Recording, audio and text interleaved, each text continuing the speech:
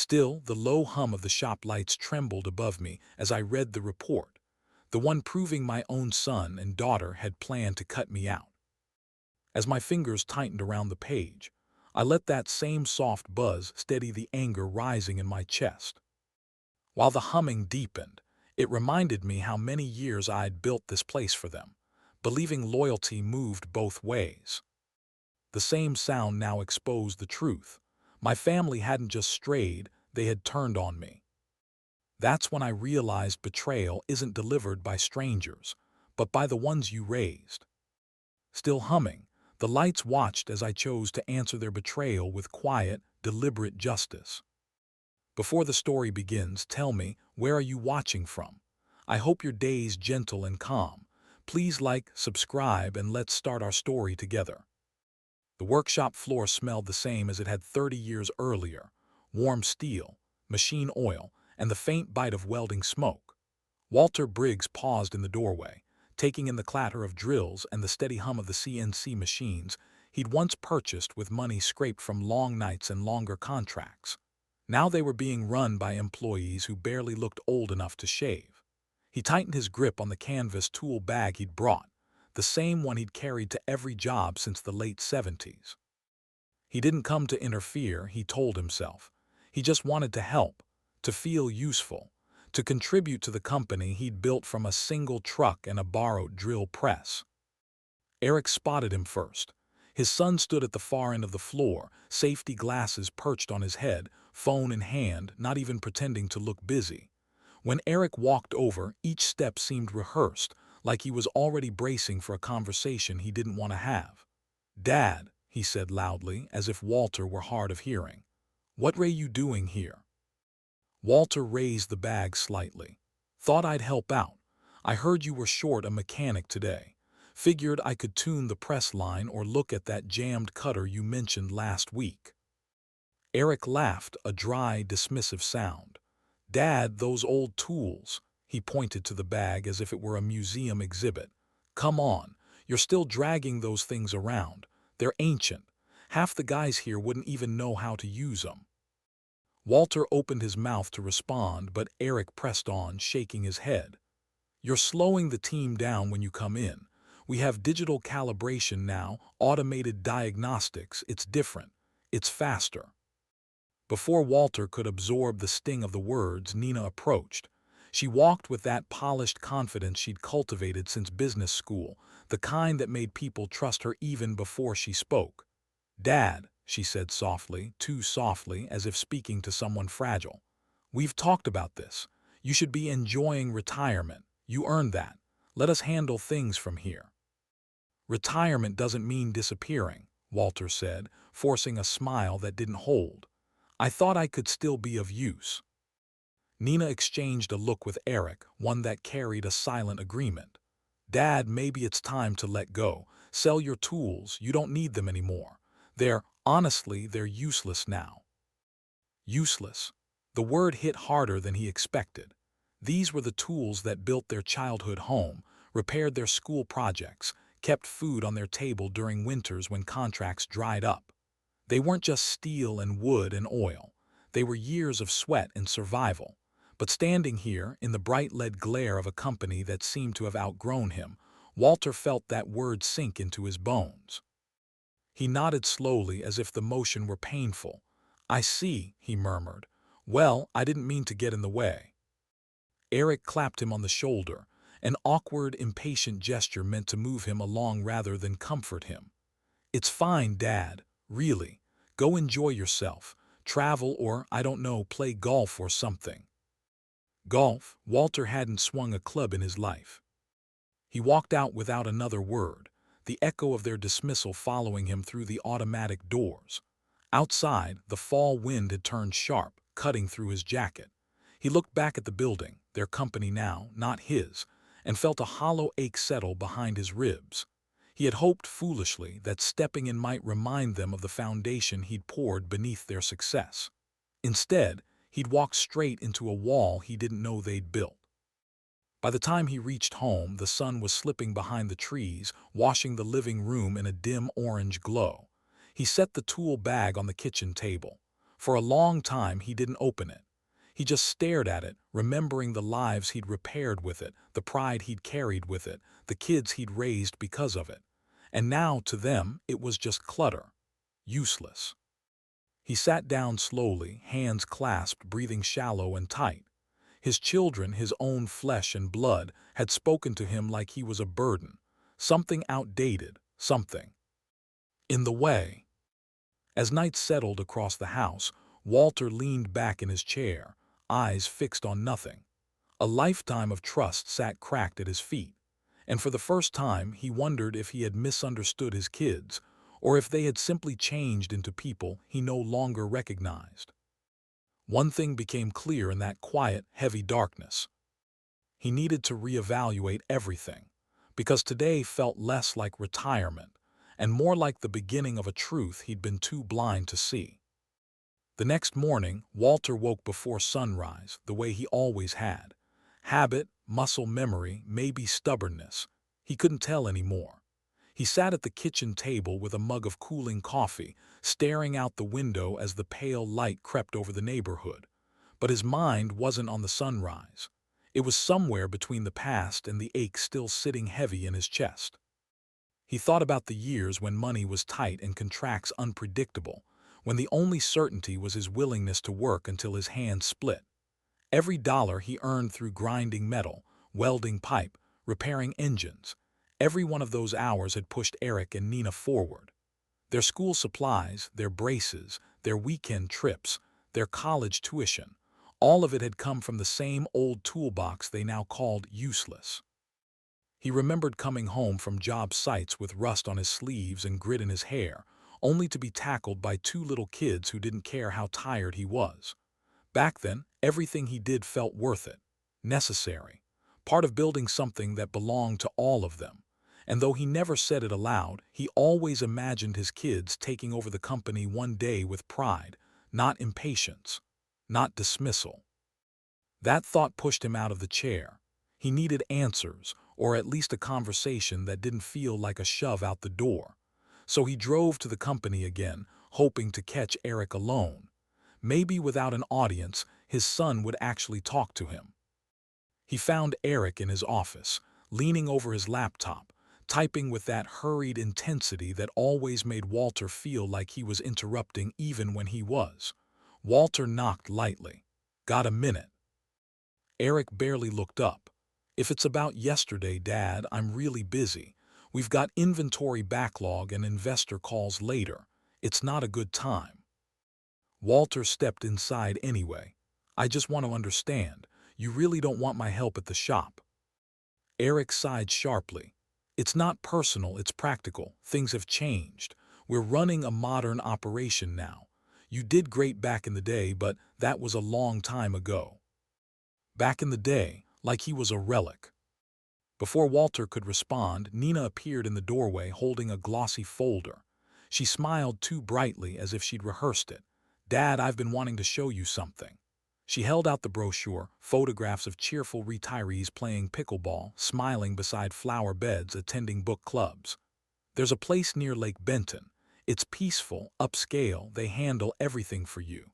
No responsibilities, no stress, you'd love it." Walter stared at the brochure.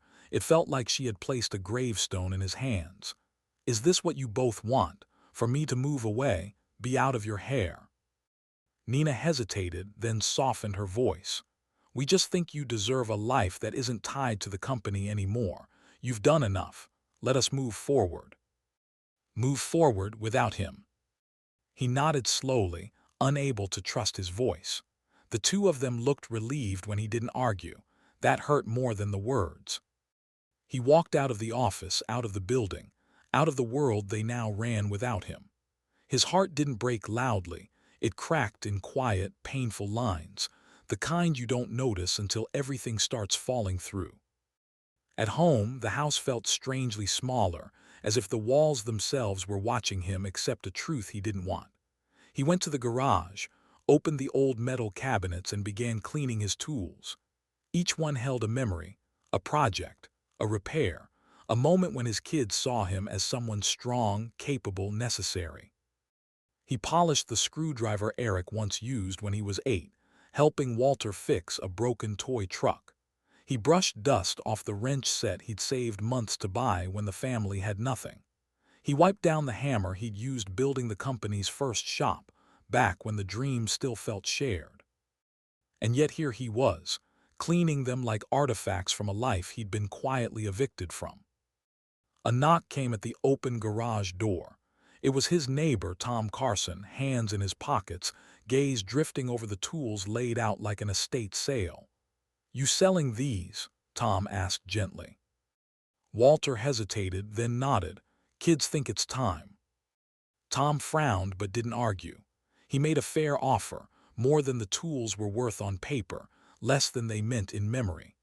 Walter accepted, not because of the price but because hanging onto them suddenly felt heavier than letting them go. When Tom D. rove away with the last crate, the garage looked empty in a way that unnerved him. But inside that emptiness, something else stirred, something sharper than grief. Selling the tools should have felt like surrender. Instead, it revealed a hollow he hadn't seen before. His kids weren't just eager to push him aside, they were desperate, rushing, hiding something. And for the first time, Walter realized with cold certainty. Something inside that company wasn't right, and they didn't want him anywhere near it. Walter didn't plan on going back to the shop so soon, but the unease had settled too deeply in his gut to ignore. 2 days after selling his tools, he drove past the building slowly, telling himself he was just taking the long way home.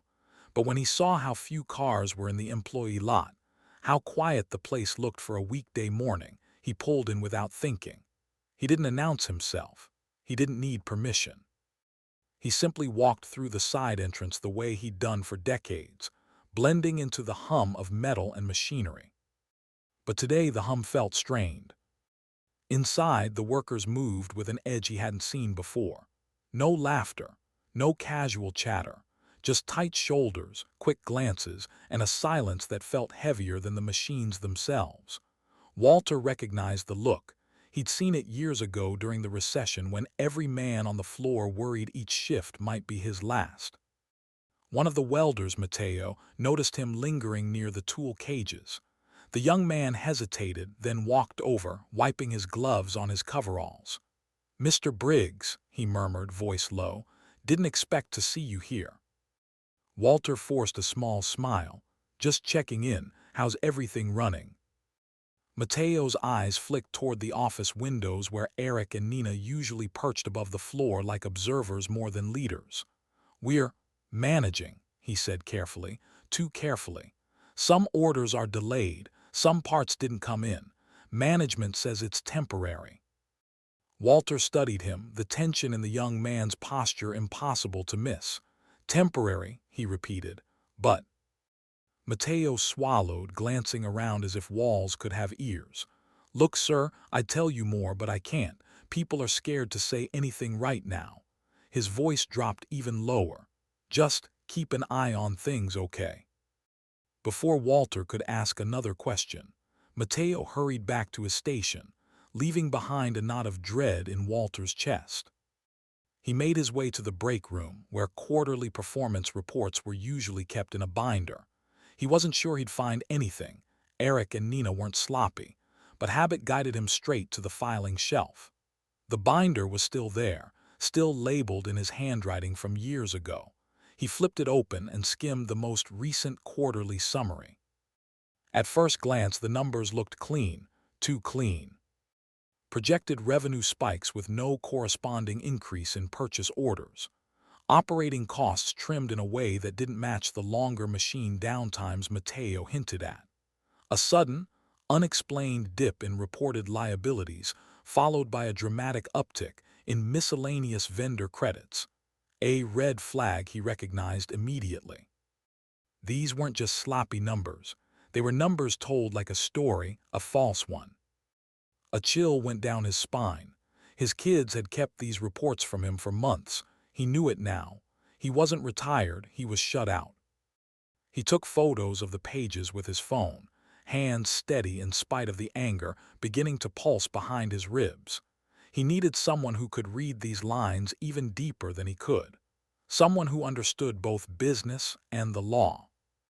That someone was Harper Lane.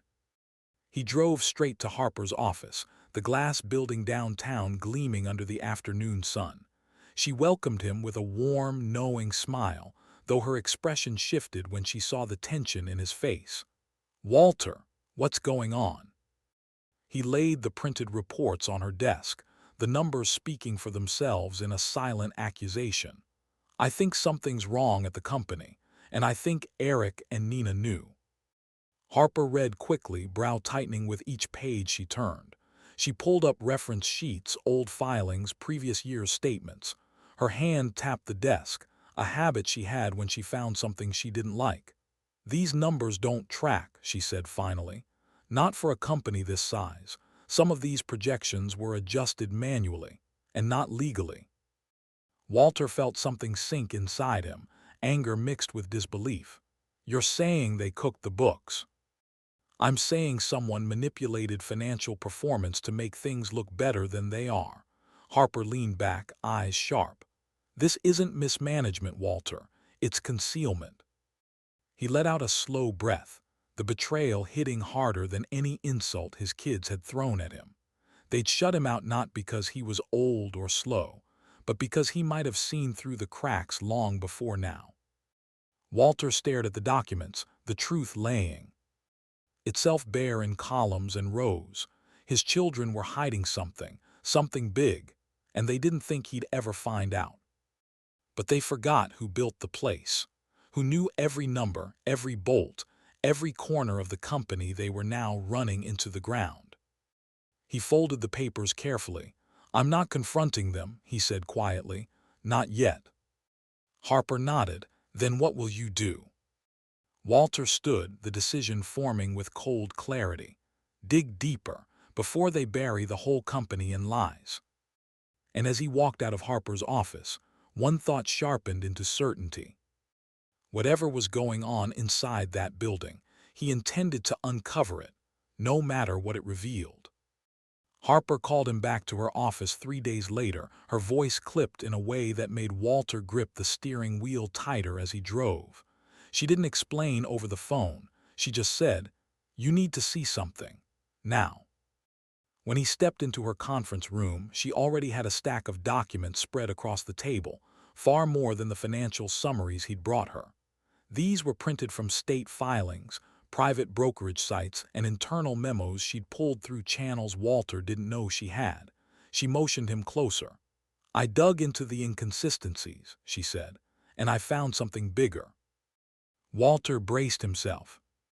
"The company," Harper continued, "is being positioned for sale." The words hit him like a physical blow. For a moment he thought he misheard. "Sale," he repeated. "My kids are selling the company." Harper nodded grimly. "They've initiated early-stage prep, valuation reviews, debt restructuring, buyer outreach. They've kept everything quiet, very quiet." Walter sank into a chair, the room suddenly smaller, the air heavier. He felt a pulse of disbelief run through him. Not restructuring, not seeking investors, selling the company he'd built from a single truck and a dream. Harper slid a file toward him. "Here's the list of potential buyers they contacted." He scanned the names: regional competitors, national manufacturers, even a company that had once tried to undercut Briggs Mechanical out of business. It didn't make sense. Why would Eric and Nina sell to people who had spent years trying to bury them? But then he turned the page, and everything clicked. There, in neat bullet points, was an explanation drafted by his own children, a justification for the sale, a narrative tying everything together and tying him to the blame. Due to Walter Briggs' insistence on retirement accommodations, the document read, the company has faced internal disruption and leadership instability. Despite extensive efforts to include him, his outdated methods created operational delays. Selling the company ensures stability moving forward. Walter stared at the page, his heartbeat a dull thud in his ears. Retirement accommodations. Leadership instability, outdated methods. His children weren't just removing him, they were rewriting the story to make him the problem. The reason for the sale, the scapegoat. He set the papers down slowly, hands trembling with anger he didn't want to show. "They're blaming this on me," he whispered.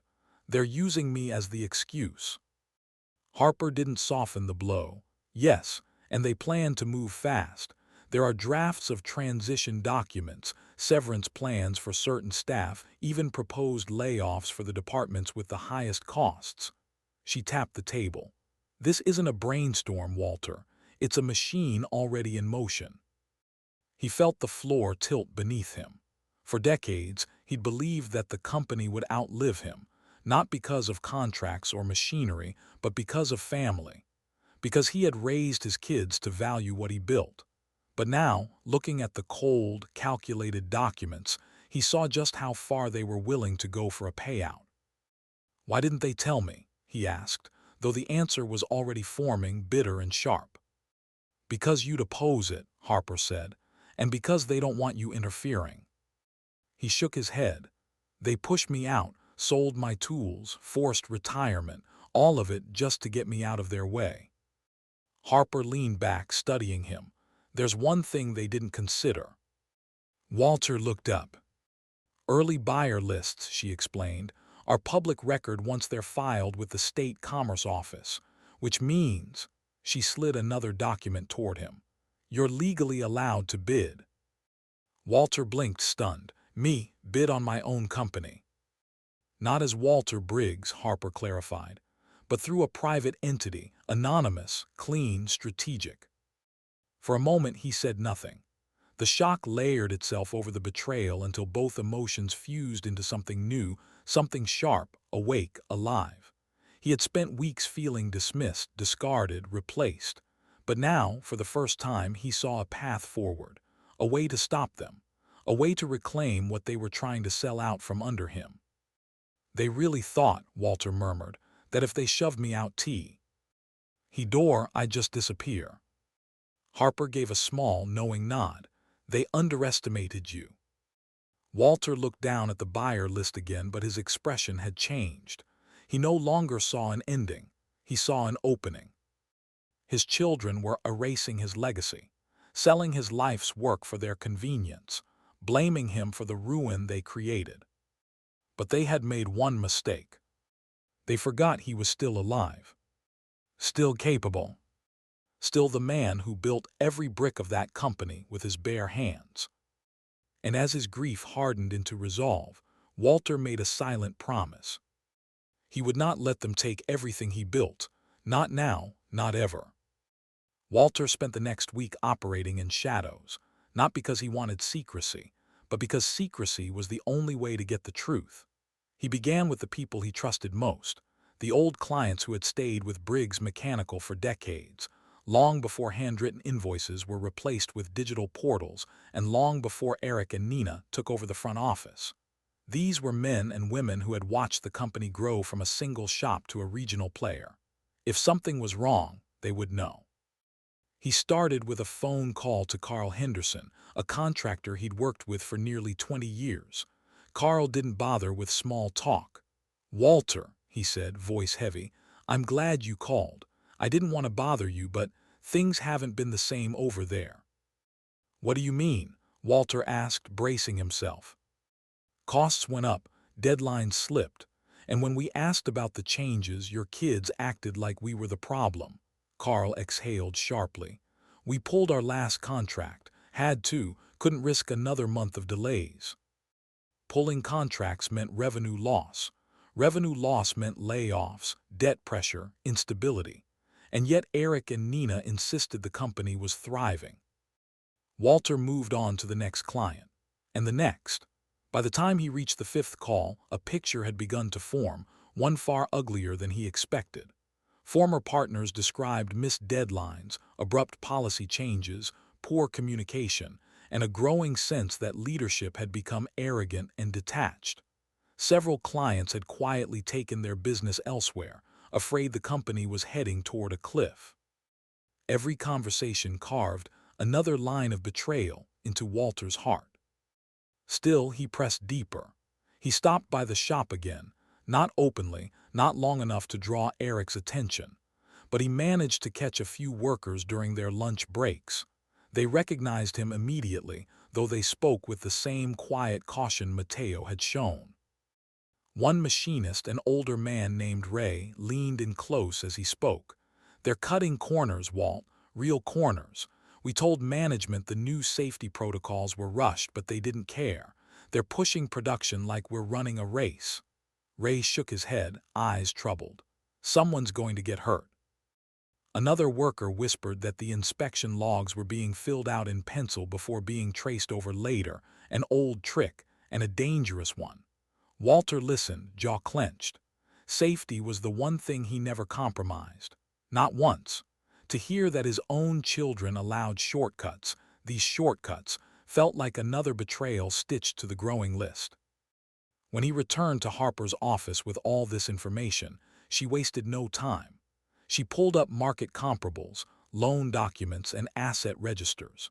She took the inflated numbers Eric had been reporting and stripped them down to the truth.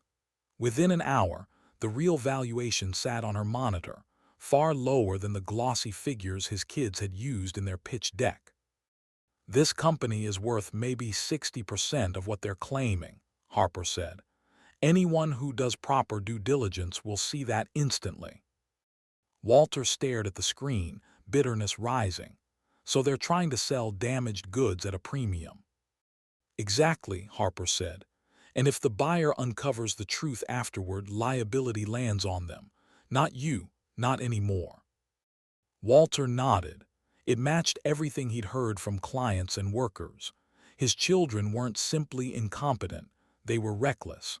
And instead of fixing their mistakes, they were trying to cash out before the consequences caught up to them. Which meant he had a narrow window to strike. He spent the next several days calling in favors he hadn't touched in years. Old business partners, former investors, retired colleagues, people who still respected him, still believed in what he stood for. One by one, they agreed to help. Some contributed money. Others provided access to networks. A few simply offered their support, knowing this was more than business. This was personal. All the while, Eric and Nina remained blissfully unaware. Every time Walter saw them, brief glimpses at the shop, an awkward moment in the parking lot, they acted as if nothing had changed. As if he were drifting peacefully into retirement, slowly fading out of relevance. Eric even joked once, "Dad, you should buy one of those. See little fishing cabins up north. Fresh air would do you good." Walter only nodded. He'd grown good at hiding things too. What they couldn't see, what they never imagined, was the machinery forming quietly behind the scenes, a fund pool growing, documents drafted, legal structures taking shape, a father they believed obsolete preparing the kind of move only a founder with decades of grit could execute. By the end of the week, Harper set a folder in front of him. "Once you sign these," she said, "your entity becomes officially active, the first step of your counterstrike." Walter stared at the papers. They represented more than business strategy. They were the line between surrender and reclamation, between letting his children dismantle everything he built, or fighting for the legacy they thought they could steal. He picked up the pen. And as he signed, he felt it, the shift, the turning point. His kids thought they had retired him, but they had no idea he was just getting started. The first real crack in the facade appeared on a Tuesday afternoon when Harper called Walter with a tone that meant drop everything and come now. He drove straight to her office, heart pounding, the unease that had been building for weeks tightening in his chest. When he stepped into her conference room, Harper was already standing over a spread of color-coded spreadsheets and internal memos she'd pieced together like a forensic puzzle. "I found the trail," she said, "and it leads straight through Mark Dwyer." Walter leaned closer, scanning the highlighted rows. These weren't the typical quarterly summaries. They were internal drafts, back-end versions of financial reports, versions that should never differ more than marginally from what the company released publicly. But here, the differences were glaring. Harper pointed to inflated revenue lines that had been quietly doubled, then fed into charts used in bank presentations. Mark manipulated the projections. He didn't just tweak numbers, he fabricated entire performance periods. These charts were presented to lenders last spring. She tapped the corner of one document. That loan your kids keep bragging about securing, it was approved based on falsified metrics. Walter felt the air shift around him. So the company's operating on money they shouldn't have been given. Money that can be recalled, Harper added. And if the bank discovers fraud, intentional or not, your kids will face consequences far beyond financial penalties. The realization hit him like a cold wave. Collapse wasn't some distant fear. It was imminent. The company wasn't struggling. It was sinking beneath the weight of lies and shortcuts. Eric and Nina weren't just incompetent. They were steering the ship straight into a storm they didn't even acknowledge. Walter sank into a chair, staring at the documents. Do they know Mark did this? Harper hesitated. They signed off on the loan presentation. Whether they understood the numbers were fake, that's harder to prove, but ignorance won't save them. Walter rubbed his forehead, a bitter ache forming behind his eyes. He had warned them for years that shortcuts would cost them, that numbers weren't just lines on a page but the foundation of trust. Now the foundation was rotting, and they didn't see it. Later that week, he dropped by the company again. He didn't seek out Eric or Nina. Instead, he approached the workers, one by one, carefully, quietly. In the welding bay, he found two employees talking in hushed tones, their faces tense. When they saw him, they stiffened, but Walter raised a hand gently. "I'm not here officially," he said. "I just need to understand what's happening on the floor." It took time, trust always did, but eventually the words came. One worker talked about equipment that hadn't been serviced in months, despite repeated requests. Another mentioned being pressured to skip safety steps to hit unrealistic production targets. Someone else hinted that Mark had instructed supervisors to adjust the downtime logs so the books would look cleaner. Walter listened to every word with a recording app running in his pocket, something Harper insisted on. He hated the necessity of it, hated what it said about how far things had fallen, but he knew now that truth needed evidence. By the time he stepped outside, the weight of what he carried felt almost unbearable. That evening he delivered the recordings to Harper. She listened, face hardening with each confession. When the last clip ended, she set her notebook down. "This," she said quietly, "is damning. We have falsified financials, unsafe working conditions, misreported downtime, and a CFO who is tampering with critical data. If we package this correctly, it exposes everything." She began organizing the documents, linking timelines, cross-referencing logs, compiling a narrative a judge or investigator could follow without question.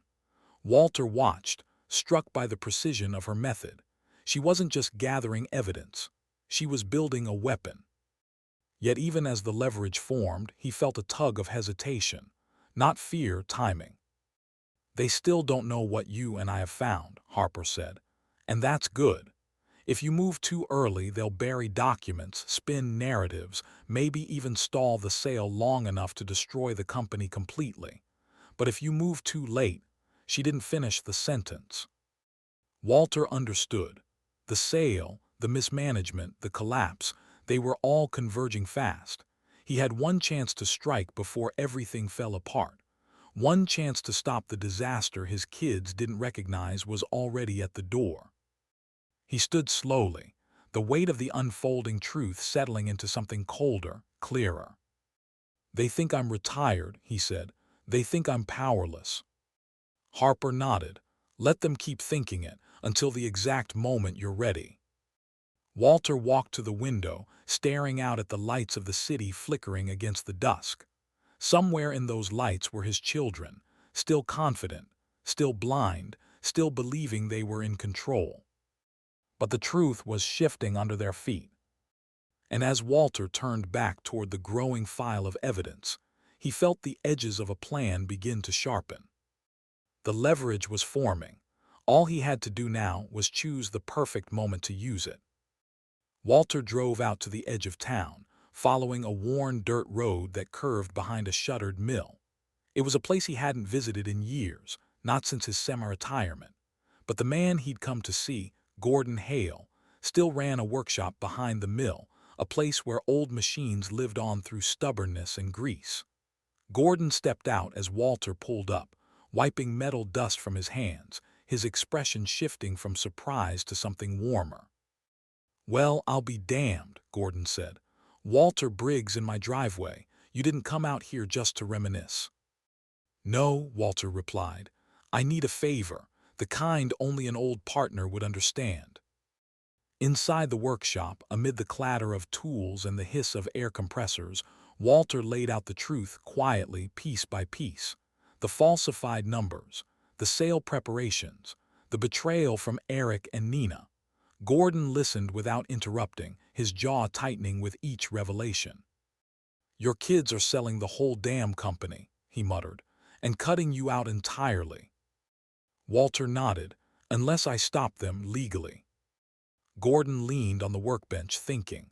"So you're not trying to block the sale, you're trying to win it." "I need funding," Walter said, "and I need investors who won't ask questions until the time is right." Gordon exhaled, long and slow. "You helped me keep this place during the recession. I haven't forgotten. I'll back you. And I know two others who will too, old-timers, people who still believe in you more than spreadsheets." It wasn't a promise, it was a commitment, something. Rare, something solid. Walter felt a flicker of hope beneath the weight of everything he'd been carrying. Back in Harper's office, that hope began to take shape. Harper drafted the documents methodically, her pen moving with quiet intensity. "Your buying entity needs to be airtight," she said. "No traceable ties, no family connections. A shell corporation with a clean record." "What about the name?" Walter asked. She smirked faintly. "Apex Industrial Holdings, neutral, forgettable, exactly what we want." She pushed the papers across the table. "Once you sign these, Apex becomes the legal bidder. You won't appear in any paperwork until closing day." Walter signed each page with a steady hand. Every stroke of ink felt like another brick laid in the foundation of his counterattack. It wasn't revenge, not yet. It was protection, preservation, the effort to save what his children were willing to discard. But not everyone was blind. Over the next week, Mark Dwyer, the CFO whose fingerprint stained every falsified report, began showing signs of suspicion. He sent cautious emails to department heads asking about external inquiries and unusual interest from past contacts. He cornered a foreman on the shop floor, probing about anyone asking too many questions. Harper noticed the shift too. "He's nervous," she said. "He feels something moving under the surface." "And Eric?" Walter asked. "Oh, he's oblivious," she replied. "Too arrogant to imagine someone challenging him." That arrogance showed itself clearly at the family dinner 2 nights later. Walter had been invited almost as an afterthought, a gesture Nina framed as keeping up appearances. The restaurant was upscale, filled with dim lighting and quiet conversations. Walter arrived on time, but Eric was already 2 drinks in, loud, smug, confident in a way that only men who believe they're untouchable can be. When Walter mentioned he'd been keeping busy, Eric snorted openly. "Doing what, Dad?" he said loudly enough for nearby tables to hear. "Collecting coupons, rearranging the bird feeders. You're retired. Enjoy it. Leave the business world to people actually running businesses." Nina pressed her lips together but didn't correct him. She didn't have to. The silence was agreement. Walter took a sip of water, letting the insult settle without reaction. If Eric expected him to flare, to defend himself, to reveal what he was planning, he didn't. He simply nodded, expression calm, almost serene. Because for the first time, Eric's mockery didn't cut him. He knew something Eric didn't. His days of running the company were numbered. By the end of dessert, Eric was boasting loudly about potential buyers, bragging that multiple competitors had already expressed serious interest. He didn't notice the way Nina stiffened when he revealed too much. He didn't notice Mark sending him a warning glance. He certainly didn't notice Walter watching, silent and steady, absorbing every careless word. The next morning, an official email went out to all registered parties. Sale date confirmed, formal bids to be submitted in 12 days. Harper forwarded Walter the notice with a short message. "It's time." Walter stood in his quiet kitchen, the morning light stretching thin across the counter, reading the announcement twice. His pulse didn't rise. His hands didn't shake. Everything he'd been preparing for was finally aligning. The company his children thought they could sell without consequence was about to go up for bids. And one bidder, hidden behind legal walls and silence, was waiting for the moment to strike. Walter exhaled slowly, knowing the real fight was about to begin. Harper called him late in the afternoon, her voice low and edged with something he couldn't immediately place. Not urgency, something sharper. "Walter," she said, "I need you to come to my office. Now, I have something you need to see, and you're not going to like it." He drove there in silence, the sky bruising into early evening. When he stepped into her conference room, Harper didn't waste time. A thick binder sat in the center of the table, its blue cover embossed with the Briggs mechanical logo. She kept her hand on it as if it were something dangerous. "This," she said, "is their buyer presentation, the full investor package. Someone inside the company leaked it to me anonymously." Walter blinked. Why would they leak something like that? "Because someone in there still respects you," she replied softly, "and because what's inside crosses a line." She opened the binder. The first pages were glossy, corporate branding, bright photos of the facility, charts meant to impress. But Harper flipped past those, landing on a section labeled Operational Challenges. Her finger tapped one bullet point. Legacy liability. Founder influence limits strategic progress. Founder demonstrates signs of cognitive decline. Withdrawal from leadership required for sale.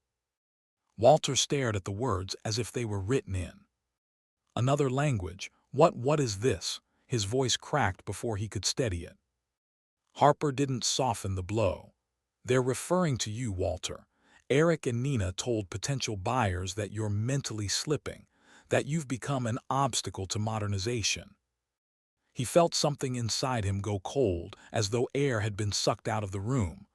"They said I was slipping," he repeated, barely louder than a whisper. "Me." Harper turned another page slowly, deliberately. "They're framing you as the reason they're selling. They claim you resisted change, interfered with operations, created instability." Her eyes held his. "They're rewriting history to justify removing you." Walter's hands trembled, but he forced them flat against the table. He wasn't looking at numbers now, not financial projections. These were character assassinations wearing a professional suit. He reached for the binder, turning the pages himself now.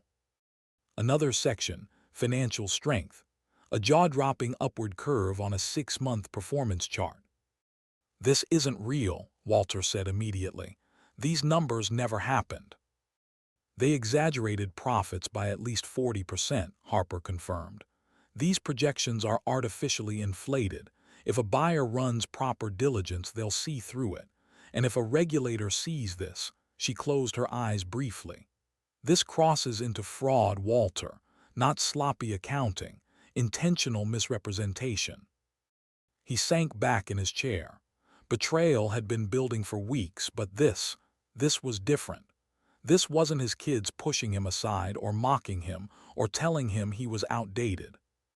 This was them erasing him, painting him as a burden, a liability, a confused old man standing in the way of their payday.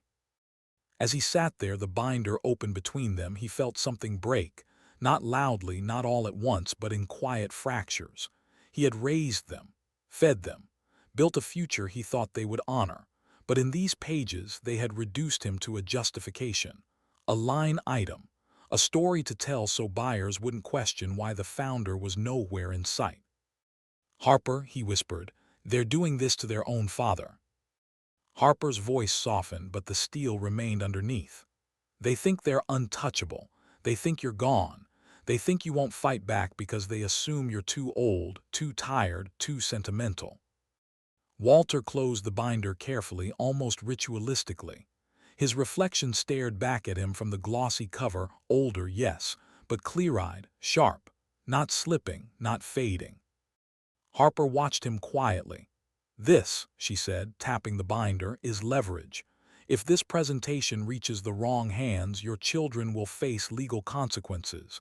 Severe ones, but timing is everything." Walter didn't speak for a long moment. He let the weight settle, the betrayal, the humiliation, the raw truth that his children didn't just undervalue him, they believed the world would too. When he finally met Harper's eyes, the warmth in his expression was gone. Something colder had taken its place, something steadier. "I'm buying the company," he said, voice low but unwavering, "not just to save it, not just to stop them." He tapped the binder with 2 fingers. "I'm buying it because they think I'm too weak to do it." Harper nodded slowly. "Then we move forward." Walter stood, taking the binder with him. It felt heavy, not because of the paper, but because of what it represented. A betrayal rooted deeper than money, a wound carved by his own blood. As he walked toward the door, he paused, feeling the anger settle into something sharper than rage. Resolve. His children had written him out of his own story. Now he would write himself back in, as the one force they never saw coming. For the next several days, Walter moved like a man with 2 shadows, his own, and the one shaped by the weight of purpose. He woke early, drank his coffee in silence, and made calls no one expected him to still have the power to make. Old networks, some dormant for a decade, answered not out of obligation but respect. These were people who remembered him not as a retired man, not as an outdated founder, but as the builder who never broke a contract, never cut corners, never lied to keep a machine running. And when he explained, carefully and quietly, what Eric and Nina were doing, falsified numbers, inflated valuations, a sale built on deception, the reaction was universal. "We'll help," said one retired supplier. "You were the backbone of half the shops in this county," said a former investor. "Say what you need." By the end of the week, the financing was secured. Not lavish, not reckless, but solid, structured in a way only men who still believed in handshake loyalty could provide. Enough to stake a bid, enough to win. What surprised Walter most wasn't the money, it was the loyalty. The sense that people had been waiting for a chance to stand behind him again, even if quietly. And it wasn't just the old networks. At the shop, word started spreading in the corners where Eric and Nina never bothered to look. Workers who had kept their heads down for months now approached Walter discreetly. One met him in the parking lot during a cold, early morning shift change. "If you come back," the man said, voice low, "we're with you, all of us. Nobody wants to work under fake charts and empty promises." Another sent word through Mateo. "Tell him the shop runs better with truth than with lies." Every promise strengthened Walter's resolve, not because he wanted power, but because the people inside the company deserved leadership, not whatever his children were becoming. Meanwhile, Harper worked with surgical precision. She double-checked every document, every shell company detail, every procedural requirement the sale committee could possibly scrutinize. Apex Industrial Holdings was now fully insulated, legally invisible, tied to Walter in ways no one could trace. "If anyone tries to look behind the curtain," she said, "they'll see only blank walls." Walter exhaled with relief. "So I'm protected." "More than protected," Harper replied. "You're strategically untouchable." But the other side of the battlefield was unaware of the storm building. Eric and Nina were riding high on early interest from two buyers, Midwest Fabrication Group and Cobalt Systems. They celebrated in the office, loudly, confidently, as if the sale were nothing more than paperwork waiting to be signed. Nina sent out polished internal emails praising their visionary leadership. Eric walked the shop floor with a swagger that grated on the workers. Walter heard about it through a whispering chain of allegiance. But there was something else he heard, something far more significant. One buyer was suddenly reconsidering. A quiet withdrawal from Midwest Fabrication Group. No official explanation, no formal announcement, just a sudden halt in communication. Walter didn't have to guess what happened. Harper had confirmed it earlier that afternoon. "I didn't lie to them," she said, almost amused. "I simply asked a few smart questions about debt structure and environmental compliance. They did their own digging from there." Walter couldn't help the faint smile forming at the edge of his mouth. "So they found the inconsistencies." "Oh, they found plenty," Harper replied. Eric and Nina didn't understand what was happening. They assumed Midwest Fabrication Group's hesitation was a temporary hiccup, nothing serious. They dismissed it as buyer nerves and market conditions, their favorite pair of excuses. But Mark, the CFO, wasn't so calm. The man had been jumpy ever since the buyer binder was circulated.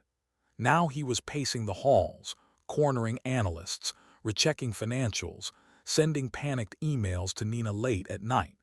He could feel something shifting under the surface, something he couldn't identify but knew spelled danger. He had reason to be nervous. Walter saw Mark in the parking lot one afternoon, speaking sharply into his phone, sweat gathering along his hairline despite the cold. Their eyes met for a brief moment. Mark quickly looked away. Walter didn't chase him. He didn't need to. Fear was already doing its work. And as the sale date approached, now just a matter of days, Walter felt something settle inside him. Not excitement, not vengeance, something steadier. Readiness. He stood inside Harper's office the evening before the final preparations were due, reviewing the bidding documents one last time. Everything was in place: financing, legal filings, strategic positioning, anonymous protection. When he closed the folder, Harper watched him with quiet assurance. "Tomorrow," she said, "you step into the arena." Walter nodded, the weight of the moment grounding him.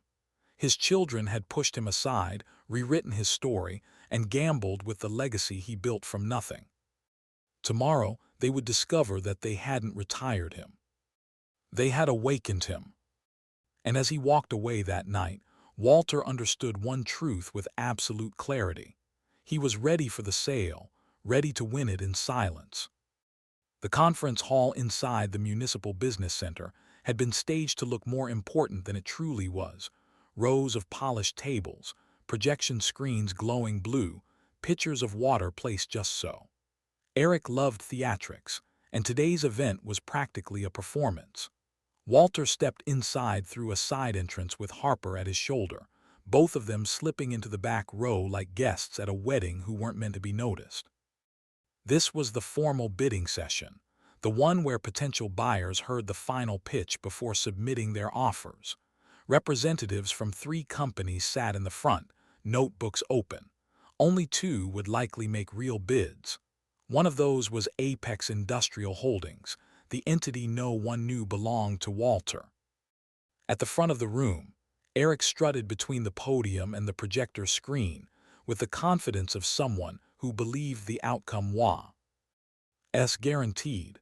He tapped a slide with a metal pointer. "Projected profits for next year," he announced, "are expected to rise almost 18%. Our cost efficiency program is already showing results, and we expect strong market penetration across the entire Midwest by Q3. Walter watched the fake numbers flash across the screen, numbers he knew were stitched together by Mark's selective reporting and manipulation. But the buyers didn't know that yet. They leaned forward, curious, impressed. Nina stood beside Eric, hands clasped neatly, posture sharp and polished. She stepped in seamlessly after Eric finished, her voice warm and practiced. "We want to reassure all of you that Briggs Mechanical is stable, thriving, positioned for growth. The company has modernized under our leadership, with systems and processes ready for long-term success." Walter felt Harper stiffen beside him. The word thriving was like a blade twisted in old wounds. He knew exactly how unstable the company was. He had seen the hollowed-out contracts, the desperate internal changes, the workers' exhaustion. But the buyers didn't know that, not yet. At the back of the room, Mark hovered near the slides, sweating through his collar. He tried to look calm, but his eyes betrayed him. Every time a buyer scribbled a note, he swallowed hard. Every time someone whispered to a colleague, he twitched. His fake charts, his handiwork, were holding the pitch together like cracked glass holding back water. Walter observed him quietly, a man trapped in a lie of his own making. When the pitch ended, Eric opened the floor. "We'll now accept preliminary bids. Please submit them through the sealed system. We'll be evaluating all offers based on value, proposed transition plans, and long-term alignment with our company vision." The buyers began entering their bids into tablets handed out by the moderator. Harper nudged Walter gently. It was time. Walter tapped his own device under the table, entering the number they had discussed: competitive, aggressive, high enough to demand attention but not high enough to raise suspicion. Apex Industrial Holdings appeared on the bidders list without flair, without explanation. Just another silent contender in the digital sea. Across the room, Eric's attention drifted toward the screen where the bidding companies appeared. When he saw Apex Industrial Holdings, he chuckled out loud. "Apex?" he scoffed. "Who the hell is that, some startup?" Nina leaned over, shrugging. "Probably someone fishing for information." "Or someone who thinks they understand this industry," Eric added, shaking his head. "They'll drop out once real numbers come in." Walter didn't react. He simply folded his hands and listened to his son dismiss the very entity built to overthrow him. After all bids were submitted, the moderator announced a short break while the numbers were reviewed. Buyers stepped out to make calls, stretch, sip coffee.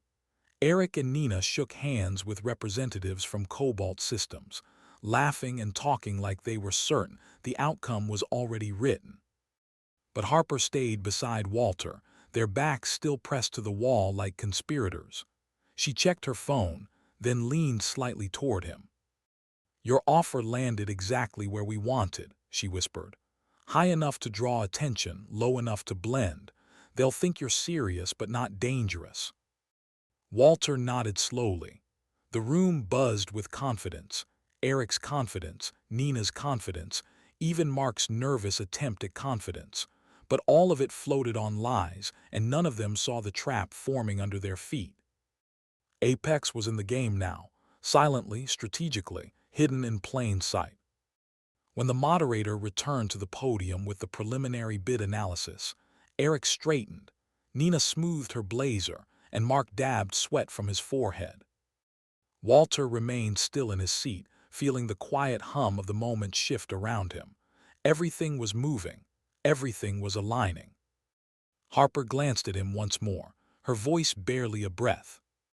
"Our plan," she murmured, "is unfolding perfectly." Walter inhaled deeply, knowing the next step would push the battle into open territory, whether his children realized it yet or not.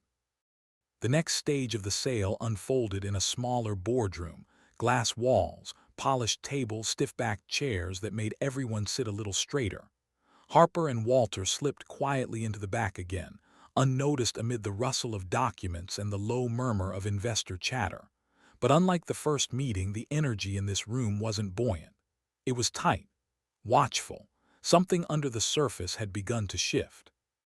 And Walter knew exactly why. Harper had seeded her questions strategically, days earlier. Small, precise probes sent anonymously to each potential buyer. Nothing accusatory, just enough to make smart investors curious about the numbers Eric and Nina were parading so confidently. Now that curiosity was blooming into skepticism. M. One investor raised his hand before Eric even finished the opening slide. "Can you explain," he asked, "why the year-over-year profit curve spikes so dramatically when your reported client retention rate has dropped?" Eric blinked. "Client retention hasn't dropped." The investor flipped a page in his folder. "Your last filing shows a decline of nearly 12%. Eric shot a glare at Mark, who stood frozen beside the projector. "That's a misprint," Mark muttered, but even he didn't sound convinced. Another investor leaned forward. "And can someone clarify why maintenance costs are listed as decreasing when your equipment inspection logs show multiple overdue checks?" This time the room went silent. Walter felt the tension coil, stretching thin like wire. The questions were simple, factual, perfectly reasonable, and they were landing exactly where Harper intended. Mark cleared his throat, tugging at his collar. "We've been implementing efficiency adjustments," he stammered, "streamlining internal procedures." "By ignoring mandatory inspections," the investor pressed. Mark opened his mouth, then closed it again. His eyes darted to Eric, silently begging for rescue. But Eric wasn't in a rescuing mood. "Why didn't you update those logs before today?" he snapped, voice sharper than the edge of a drill bit. I thought we had time," Mark whispered. "You thought," Eric hissed. "We're in the middle of a multi-million-dollar sale, Mark." The investors exchanged glances, none of them impressed. A crack in leadership, once hidden, had just been exposed under unforgiving fluorescent lights. Nina stepped in quickly, trying to paste professionalism back over the moment like tape over a shattered window. "Let's stay focused," she said, hands clasped tightly. "Our long-term projections remain strong, and we're confident in the company's direction." But her voice wavered, and buyers heard it. When she advanced to the next slide, outlining future expansion plans, one investor abruptly closed his folder, stood, and shook his head. "This isn't what we were led to believe," he said coldly. "We're withdrawing interest." Eric's jaw dropped. "Withdrawing based on what?" "Based," the investor said, "on numbers that don't align with the story you're selling." He walked out. No theatrics, no debate, just a quiet, devastating exit. Nina's composure cracked. Her fingers tightened around the remote until her knuckles whitened. Her eyes tracked the closing door like someone watching a ship drift too far from shore. In the back of the room, Walter remained still, his presence unnoticed, his expression unreadable. Apex Industrial Holdings, the bid carrying his name in secret, still sat among the contenders, unshaken by the chaos unfolding. Strong, steady, increasingly attractive to the remaining buyers simply because it wasn't rattled by the storm. Harper leaned slightly toward him. "This is what happens when truth gets close enough to breathe on people," she murmured. "They feel it." The moderator, sensing the meeting slipping into freefall, urged Eric and Nina to proceed. "We need to move toward the voting process," he said. "Stability depends on decisive action." Harper seized the moment. She stood, raising her hand with polite authority.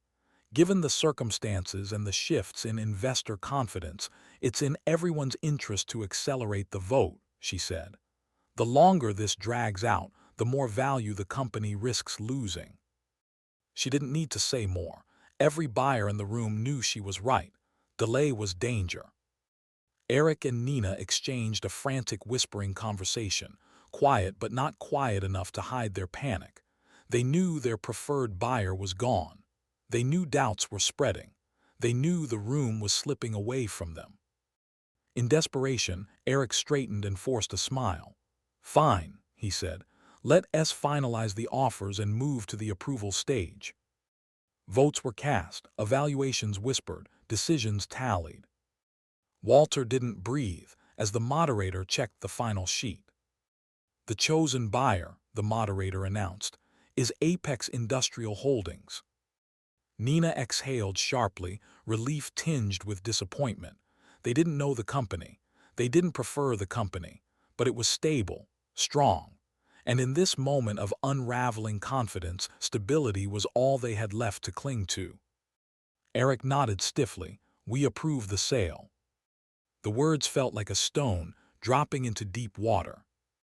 Walter closed his eyes briefly. They had just sold him his own company. Harper touched his arm lightly, whispering, "It's happening." And as the room shifted around them, papers shuffling, voices rising, Mark sinking into his chair in dread, Walter rose slowly, knowing the next stage would change everything. The final signing meeting took place in a narrow legal chamber with tall windows and the kind of silence that presses against your ribs.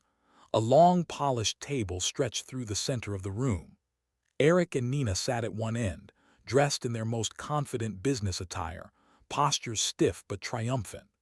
Their chosen attorneys hovered beside them, whispering last-minute reassurances. At the opposite end sat representatives for the anonymous buyer, two corporate attorneys from Harper's network, their expressions unreadable. Apex Industrial Holdings was still just a name to everyone in the room, faceless and distant, exactly as planned.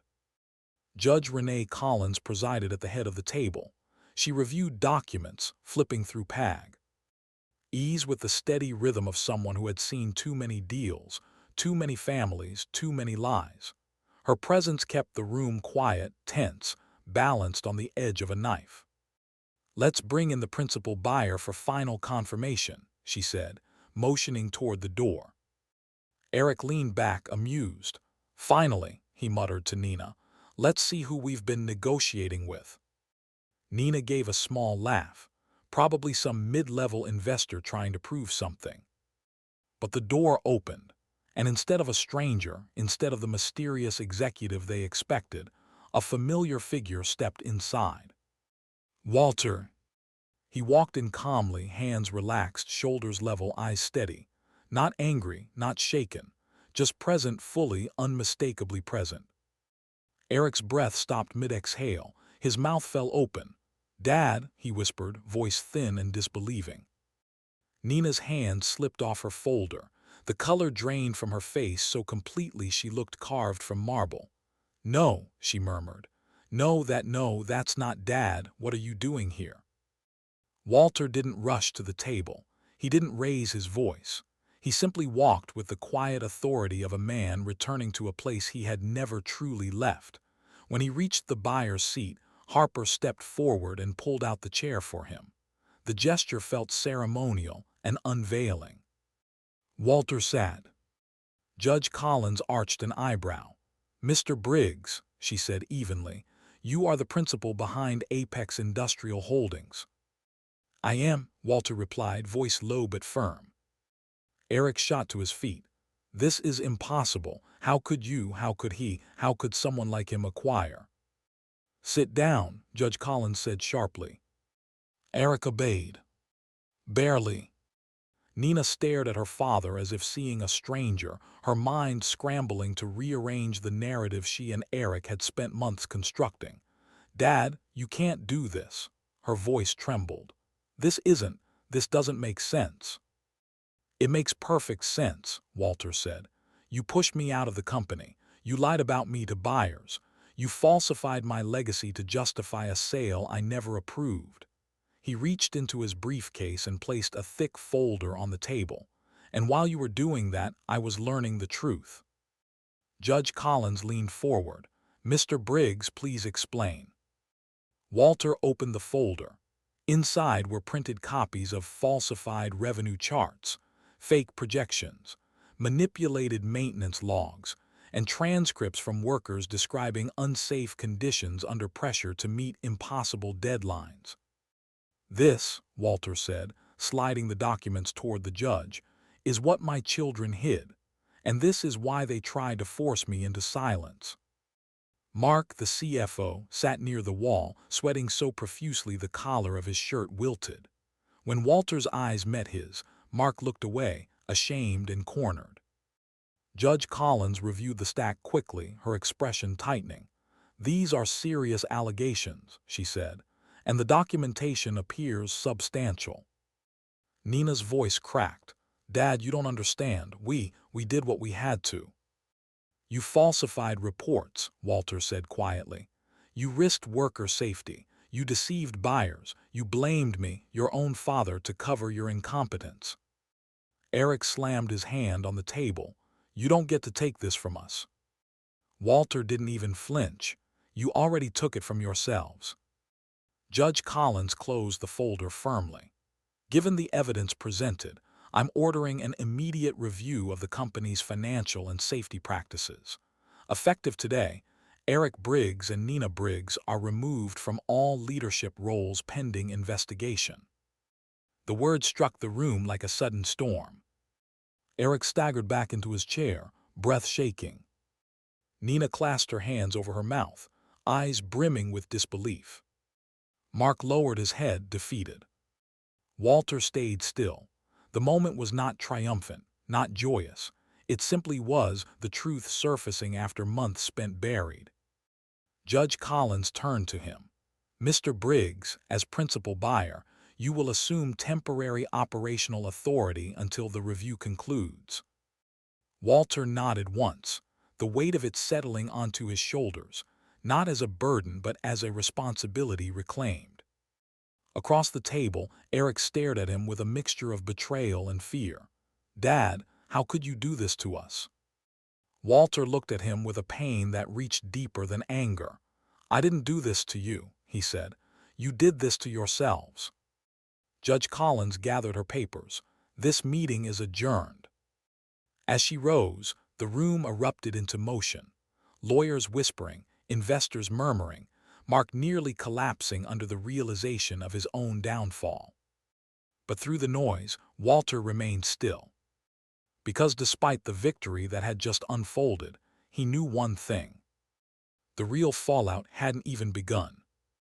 The morning after the signing, the factory felt different, quieter, but in a way that carried tension mixed with something like relief. Word had already spread that Eric and Nina had been removed from leadership and that Walter Briggs, the man who built the company from nothing, was stepping back in. Workers didn't clap or cheer openly. It wasn't that kind of environment, not with so much uncertainty still hanging over them. But they smiled at him. They nodded. Some paused machines just long enough to offer a whispered, "Welcome back, Mr. Briggs." And that mattered more than applause. Walter walked the shop floor slowly, absorbing the atmosphere he had missed for years. Metal rumbling, sparks spitting from welders, the mechanical pulse of a place built on honest labor. He didn't stride through like a conqueror. He moved like someone returning home after a long exile, grateful to breathe familiar air again. But upstairs, chaos brewed. Eric cornered him near the conference room, eyes red-rimmed, voice jittering between indignation and desperation. "Dad, listen. You don't understand what we were dealing with. We weren't trying to hurt the company. We had good intentions. We were trying to expand, grow, modernize." Walter looked at his son carefully. "Good intentions don't forgive deception, Eric. They don't excuse lies." Eric shook his head, running a hand through his hair. "We did what we had to do. The market changed, competition got fierce. We were trying to save the company. You think any of this was easy for us?" Walter didn't raise his voice. "You didn't try to save it, you tried to sell it." That hit harder than anything else Walter could have said. Eric stepped back as if shoved. Before he could reply, shouting erupted down the hall, Nina's voice, sharp and frantic.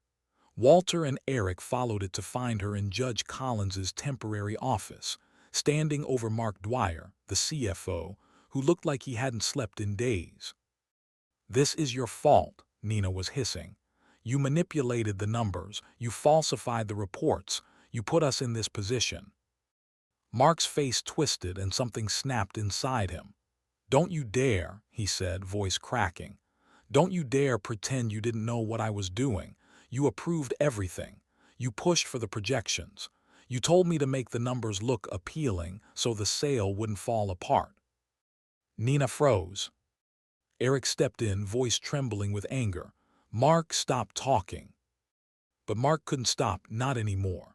The pressure, the lies, the fear, all of it came spilling out. You wanted the loan, he said to Eric. You wanted expansion. You wanted to prove you were better than your father, so I made the charts match the story you wanted. And you, he turned to Nina, told me to bury the inspection warnings. You said bad news would scare investors. Nina's face went white. Eric took a step back. Judge Collins, standing in the doorway, had heard every word. Mr. Dwyer, she said sternly, you'll provide a formal statement. Mark sank into a chair, defeated. Yes, Your Honor, he whispered. Walter watched it unfold, not with satisfaction but with the heavy clarity of truth finally surfacing. Lies always found daylight eventually. Harper arrived moments later with a stack of documents in her arms. Walter, the restructuring paperwork is ready. We need your signature to begin restoring compliance protocols and correcting the records for the auditors. Her tone was calm, efficient, but there was warmth in her eyes. He had won the company, but now came the harder task, repairing it. Walter nodded and followed her to the main office. When the documents were spread out before him, he didn't hesitate.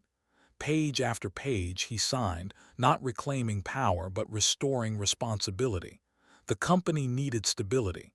The workers needed security, and he intended to give them both. Later, he gathered the entire staff in the assembly area. Machines powered down. Conversations quieted. Dozens of faces turned toward him, faces that had carried fear and exhaustion for months. Walter stepped forward. I'm not here to gloat, he began, voice steady. And I'm not here to undo everything overnight. I'm here because this company deserves honesty. You deserve safety. You deserve leadership that doesn't hide behind numbers or push you past limits. He let the words settle. We will rebuild together, and we'll do it the right way. A quiet ripple of relieved nods moved through the crowd. Some workers exchanged looks that said more than words could. Gratitude, trust, hope cautiously resurfacing. As the crowd dispersed, Walter turned back toward the hallway where Eric and Nina stood with Judge Collins and two compliance officers. Their faces were pale, shaken, stripped of confidence. Humiliation wasn't the punishment, it was simply the aftermath. Legal consequences were coming next. Walter didn't gloat, didn't smirk, didn't savor their fear. He simply met their eyes, allowing the weight of the moment to settle between them. They had chosen greed over legacy. They had chosen lies over truth. And now they were facing the cost. As Harper approached him again with the next set of documents, Walter took a slow breath. The fallout had begun, but the path forward as only just opening. Walter began his first full day back on the floor the same way he had decades ago, walking the line, touching the steel, listening to the machines. But what he found now was nothing like the workshop he had once known. Several machines rattled with uneven rhythms, bearings overdue for lubrication. One press stuttered mid-cycle, the kind of hesitation that made seasoned workers instinctively step back. A CNC unit blinked with an error code so old it shouldn't have appeared at all. He rested a hand on the metal casing, feeling the subtle vibration through his palm. This machine had been asking for care for months, maybe longer. It hadn't received any. No wonder the workers looked exhausted.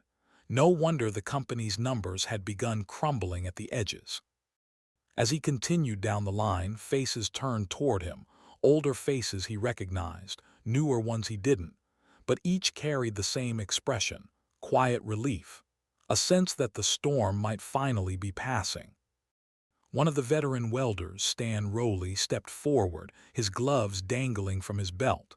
Stan had been with Walter almost 30 years. "Good to have you back, Walt," he said, voice gruff but warm. "Place hasn't felt right since you left." Walter smiled faintly. "Sure feels like the machines missed me." Stan chuckled. Machines didn't just miss you, they survived without you. Big difference. Several workers nearby nodded, murmuring agreement. Some clapped him on the back. Others simply looked at him with gratitude, the kind earned slowly, honestly, across years of shared labor. It seeped into Walter's bones like something familiar, something he hadn't realized he missed this deeply. He spent hours inspecting equipment, taking notes, asking workers what had changed under Eric and Nina. They told him everything: skipped maintenance cycles, service contracts canceled to cut costs, safety checks replaced with hurried checkboxes. The things Walter valued most, precision, diligence, safety, had been stripped away piece by piece. When he stepped into his old office, Harper was waiting with folders stacked in careful order across his desk. "Financials first," she said, "then operational stabilization." Walter sat down, feeling the weight of leadership return to his shoulders like a mantle that still fit perfectly.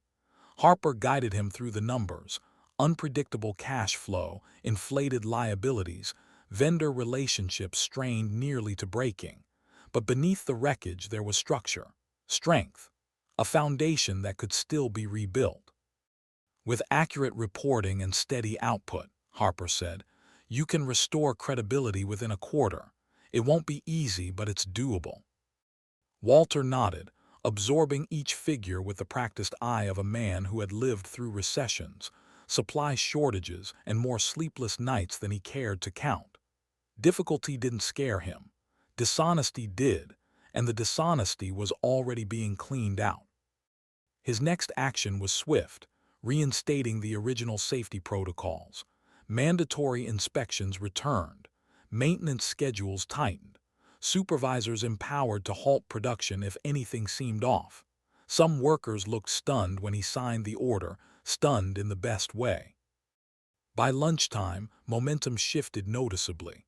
A machine that had been rattling all week now hummed steadily after proper calibration. The air felt lighter, not cheerful yet, but hopeful. A company rediscovering itself after being bruised from the inside out. Of course, not everyone accepted the change. That afternoon, Harper entered his office holding a legal notice, one stamped dramatically with Eric and Nina's names. They were filing a complaint with the corporate board, claiming wrongful removal, unfair targeting, and hostile reacquisition. Walter didn't even blink. "Let me guess," he said, "dismissed already." Harper smiled. "Judge Collins shut it down within an hour. The evidence is too strong. They're out until the investigation finishes, and we both know how that's going to end." He nodded. Eric and Nina weren't done resisting yet, but their reach was shrinking, their influence fading, and the company they had tried to reshape in their own image was slowly returning to the heartbeat it once had, the one Walter built with his hands, his sweat, his years. As daylight thinned, Walter took another walk through the shop. The workers were different now. Their conversations carried less strain. Their posture eased. When he passed by, they looked at him with something that reached deeper than gratitude. Trust. Not fully restored, not yet, but growing, returning, healing. When he reached the far end of the floor, he paused, breathing in the warm scent of steel and machine oil. The same scent that had followed him home on his clothes for decades. The same scent that raised his children, built his dreams, and carried him through the hardest seasons of his life. He hadn't realized how much he missed it, not until now. In that moment, a truth seed led into him quietly. He was not done. Not tired. Not obsolete. Leadership still lived in him. Real leadership, the kind earned, not taken. As he turned back toward his office, Harper approached with a new set of documents, her expression thoughtful. "Ready for the next phase?" she asked. Walter exhaled, steady and sure. He was more than ready, and the next phase was already waiting. They came to him earlier than he expected. Eric and Nina appeared in the doorway of Walter's restored office just after sunrise, the same hour he used to arrive when the company was still young and the world still felt predictable. But this morning, his children looked nothing like leaders. Their clothes were wrinkled, their eyes swollen from sleeplessness, their confidence stripped away. "Dad, please," Nina said, her voice cracking on the second word. "Can we talk?" Walter closed the binder he'd been reviewing and motioned them in. Not warmly, not coldly, just neutrally, as a man who had run out of illusions. Eric stepped forward first. "Dad, look, we know things went wrong, we know we made mistakes, but you can't just shut us out completely," he swallowed. "We built this place too." Walter met his gaze steadily. "You built a version of it, one based on shortcuts and lies. That's not the company I raised you in." Nina clasped her hands, her voice trembling. "We didn't want it to go this far. We weren't trying to ruin anything. We didn't know how to handle the pressure." "The pressure," Walter repeated softly. "So you pushed me out, lied to investors, risked the safety of every worker in this building." Nina's eyes filled with tears. Eric looked away. Then quietly but firmly, Walter said the words they had come to hear and fear. "No, you will not be reinstated. You forfeited that right." Nina gasped softly, as if the air had been knocked from her lungs. Eric's jaw clenched, anger rising fast to fill the space where entitlement once lived. "You're making a mistake," Eric snapped. "Dad, we can help fix this. We know the operations, the staff." Walter stopped him with a raised hand. "You had your chance to help. Now you need to step aside." For a moment silence stretched, thin and brittle. Then it shattered. Eric rounded on Nina. "This is your fault. You pushed the sale harder than anyone. You're the one who wanted the inflated charts." "I wouldn't have needed them if you hadn't burned through cash like a gambler," Nina shot back. "You spent money we didn't have. You ignored every warning." "Oh, please," Eric snarled. "You signed every fraudulent report Mark gave you." "Because you told me it was normal," she screamed. "You said Dad did things the old way and we needed to evolve." The argument spiraled, pain, fear, resentment pouring out in a torrent that had clearly been building for years. The two of them, once united in ambition, were now turning on each other with the desperation of people realizing their futures had just collapsed. Walter watched with a weight in his chest, not regret, not guilt, but sadness. The kind of sadness a man feels when he realizes his children grew into people he didn't recognize. People shaped less by values and more by vanity. People who'd forgotten the kind of grit that built everything around them. But sadness wasn't the same as doubt. When their shouting finally subsided into exhausted breathing, Walter spoke again, quietly, firmly. "I loved you both enough to step aside when you said you were ready, but you didn't want leadership. You wanted control, and when the truth challenged that control, you tried to bury it." His voice thickened just slightly. "You didn't ruin the company. You ruined your own integrity." Nina wiped her eyes, trembling. Eric looked at the floor, fists tight. Harper knocked gently before entering, her presence cutting through the tension like a clean blade. She carried a small stack of papers, precise, official, irreversible. "The protection clauses are complete," she said, addressing Walter. Then she turned to Eric and Nina. "These documents legally restrict you from interfering with company operations during the ongoing investigation. If you attempt to manipulate records, contact employees, or influence internal decisions, the court will take action instantly." Eric stiffened. "So that's it, we're locked out of everything." Harper nodded, "Completely." Nina's shoulders sagged as if she'd finally understood the finality of it. There was no loophole, no appeal, no charm she could weaponize. Their positions weren't suspended, they were gone. Walter gathered the signed pages into a folder. "There's still the final legal hearing," he said. "Judge Collins will determine long-term consequences. I suggest you prepare." Nina stared at him with eyes full of hurt that came too late. "Dad, we're family." Walter's throat tightened, but he didn't look away. "Family doesn't do what you did." For a moment, the room held the weight of a truth too heavy to ignore. Eric swallowed hard. So this is it. Yes, Walter said softly. The divide is real now. Neither child spoke as they turned and left, their footsteps echoing down the hall, slow, defeated, drifting away like people who finally realized they were walking out of a world they thought they controlled. When the door closed behind them, Harper looked at Walter. You okay? He nodded once, steady, certain, resolved. Ahead of him was the final hearing. And behind him, the family he could no longer save. The courthouse felt colder than Walter remembered. Wide marble floors, echoing footsteps, the faint smell of stale paper and polish, the kind of place where truth wasn't just spoken but carved into record. Walter walked in with Harper beside him, her briefcase clasped tight, her expression sharpened for the battle ahead. Today wasn't just another hearing. It was the final judgment, the moment everything would crystallize. Eric and Nina were already seated at the defendant's table when Walter entered. Eric looked hollow, eyes sunken, posture slouched, hands trembling despite the effort to appear composed. Nina sat rigid, jaw tight, hair pulled into a severe knot that revealed every fragile edge she was trying to hide. Their attorney whispered to them nervously, flipping through documents that had long since lost their power. Judge Renee Collins entered, her robe sweeping behind her like a curtain drawing open on the last act of a tragedy. She settled into her seat, glanced over the papers before her, then lifted her gaze to the room.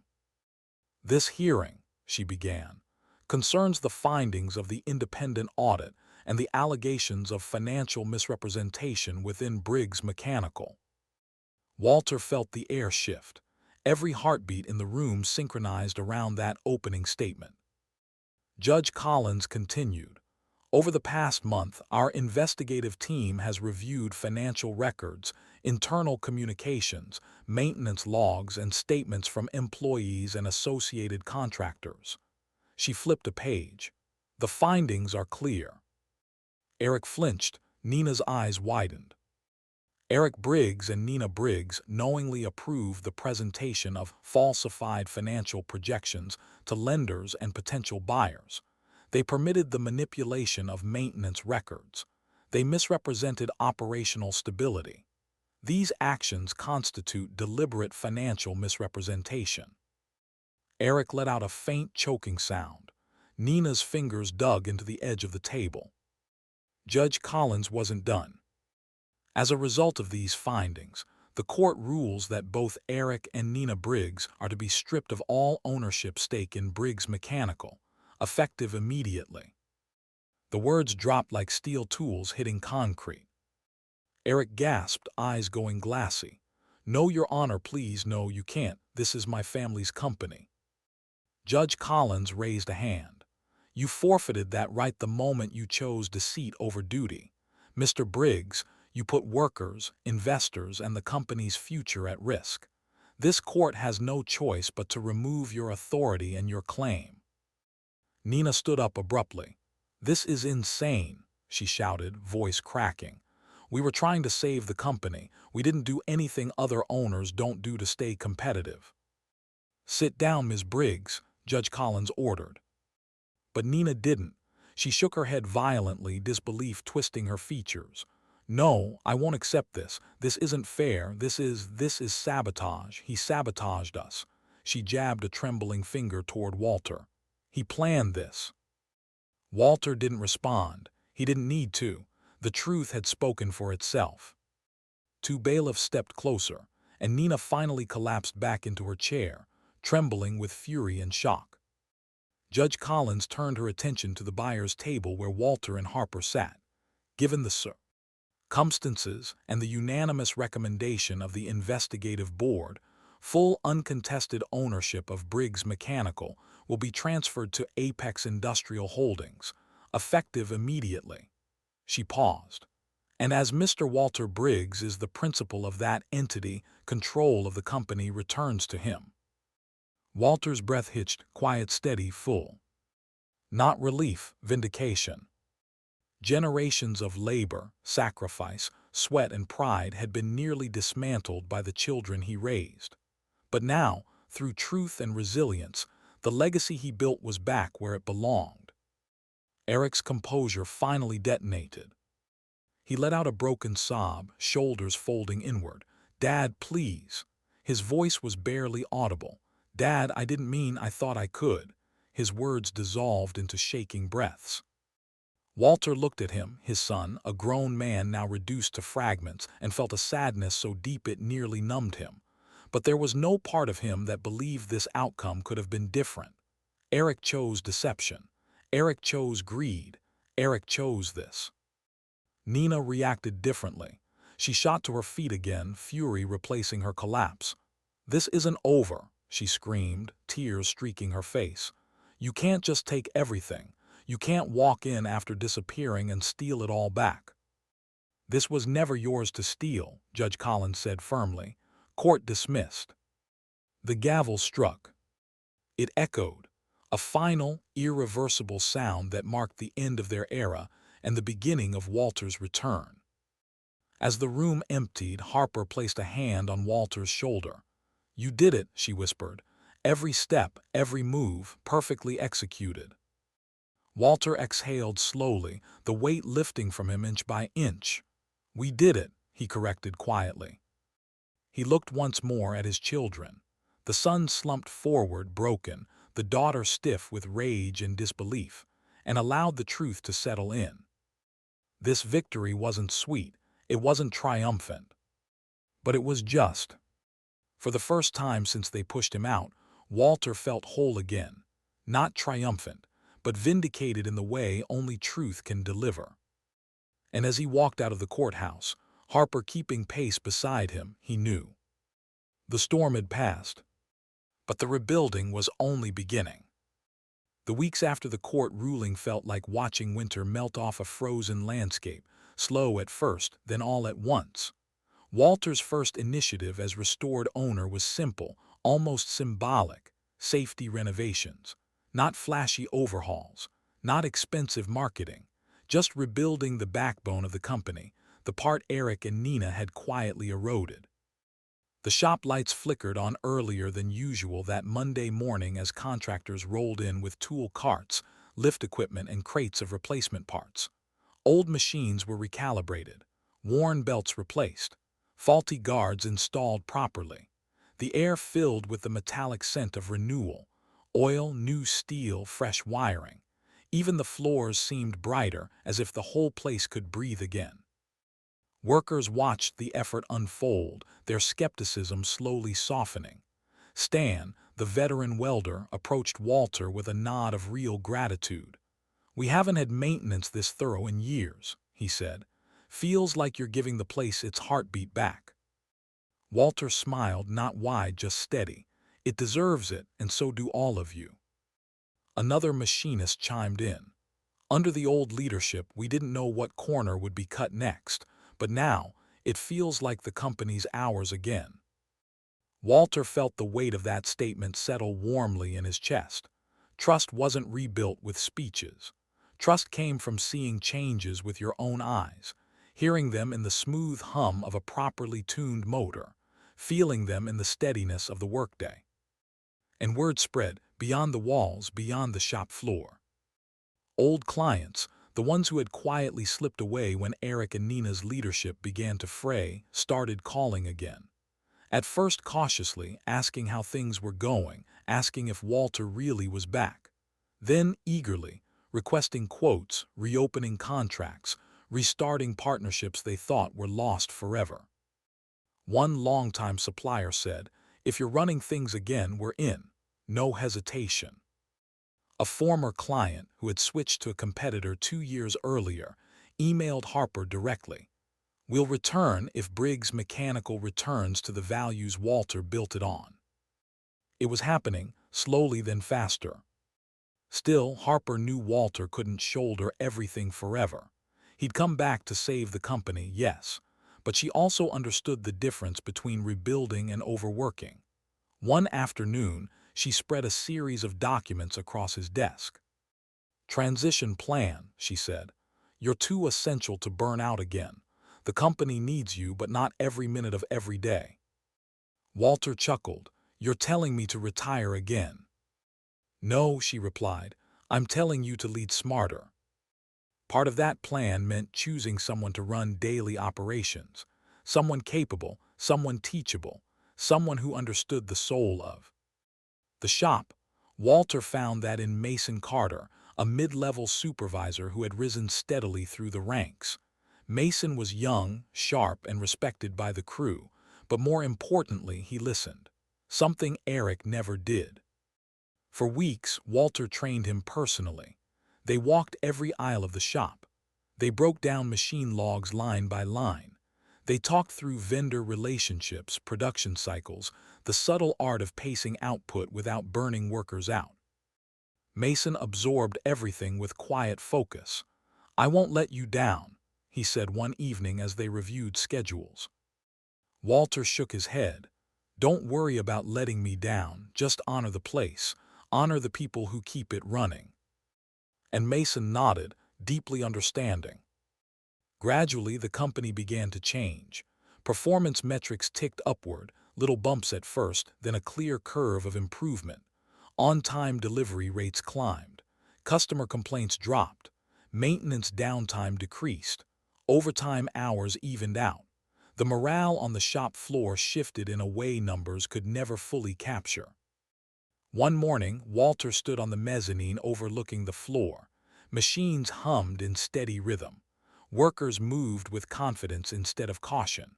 For the first time in months, the place didn't look strained or uncertain. It looked alive. Harper joined him, hands in her coat pockets. "You know," she said, "some turnarounds take years.